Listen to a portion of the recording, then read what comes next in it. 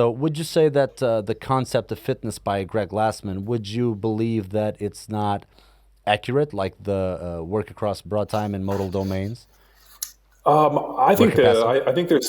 I think there's some real genius in his original thoughts. The problem is how you get there. Like is kind of different. I think the definition of CrossFit's extremely self-serving.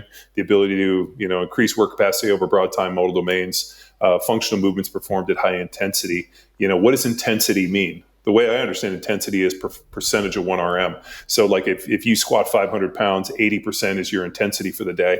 So the way that they look at it is intensity is kind of an emotional response. How hard did you work? Did you go, increase work capacity? Are you going harder each day?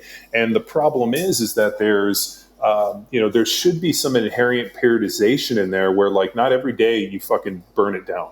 So in the NFL, there would be, like a Wednesday would be a hard training day, Thursday would be a little easier, Friday would be a little easier, take off Saturday, and then you go max intensity on Sunday. So there had to be a little bit of ebb and flow. The problem is you have people that are just setting themselves on fire each day with the workout, trying to, chase this idea of fitness. And I think the problem is when you get too far over, all of a sudden you become unhealthy and it becomes, some bigger issues. So I think there was some original genius in it, but I think if he had just put the structure in earlier and been like, here's the deal. And actually, the way CrossFit was first explained, and when I read the original information, it actually made sense. Like master movement, right? So learn to lift weights, be proficient Olympic weightlifting, train the gymnastics movements, do some conditioning. And there was this whole thing on skill development.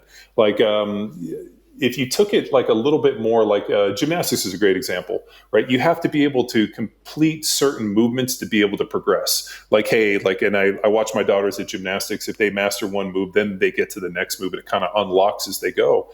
And I think what happens with CrossFit, it's like going into, gymnastics today and the person day one's like, what are we doing? Oh, we're working on the high bar. Really? Okay.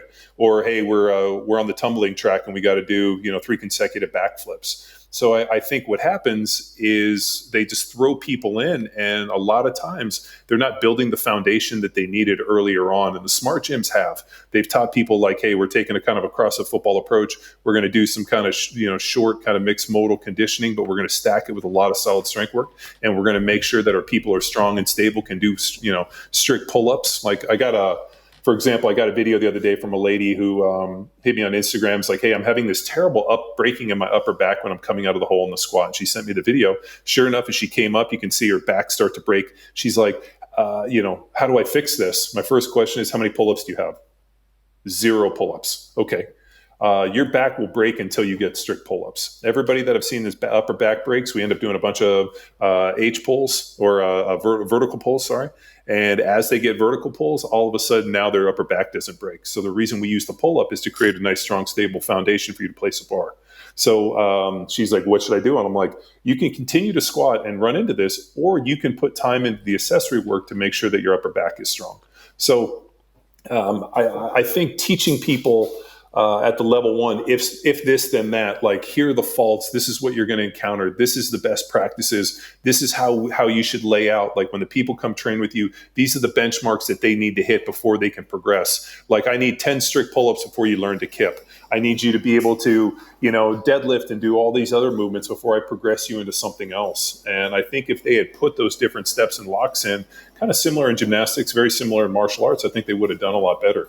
Mm-hmm. The one thing which kind of blows me away is when I started in martial arts, this was probably like 1982. I think we had like 4 belts. So there was a white belt. I want to say there was like an orange belt, a green belt, a brown belt, and then it was black.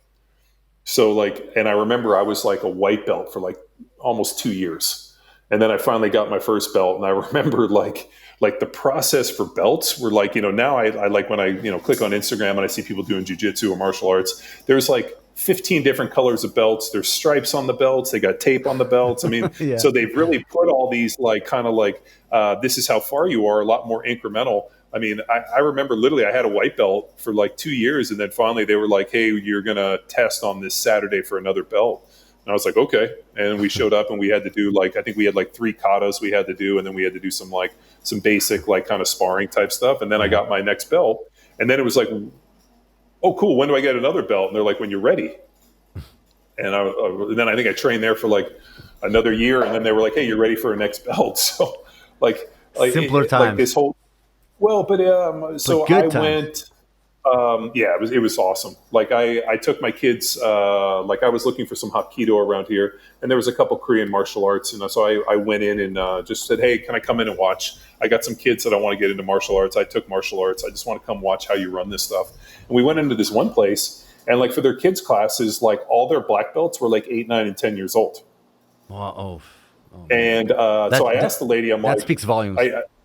well, like I was like, how are these 8-year-olds? Well, they've been here they've been training 4 years. They earned their black belts, and I was like, dude, there's no way the compulsory and the things that we were required to do in terms of like, so the old school, like our floor at the when I did Shotokan, it was hardwood, and you had to kneel on the hardwood to the point where like the shin hop that we teach in that we use in one of our plyometric movements was how had to get up off the ground was basically do a shin hop.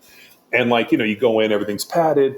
And I'm like watching the kids, and they were like, hey, like what time's the kids class? And so a couple kids kind of trickle in, a few come in late. All of a sudden there's like 4 black belts. There's like an 8, a 10, and 11-year-old black belts. And I'm like, I asked the lady, I'm like, what's the rate? Well, they started training at 4 and they were a black belt by 8. And I was like, we're fucking out of here. So we left. The lady called me and she was like, oh, what'd you think? I'm like, one, you had 4 kids, not to say that a kid can't be a black belt, but I'm like, that's not what I'm looking for. I mean, I'm not looking for people that just pay the money and get their belts. And then the other problem too was that the adult black belts were severely out of shape. Like they were all really heavy and out of shape. And I was like, dude, the old man that trained that I learned from, that dude was like beef jerky. That dude was like in phenomenal shape in his 60s and 70s. I mean, the dude was a badass.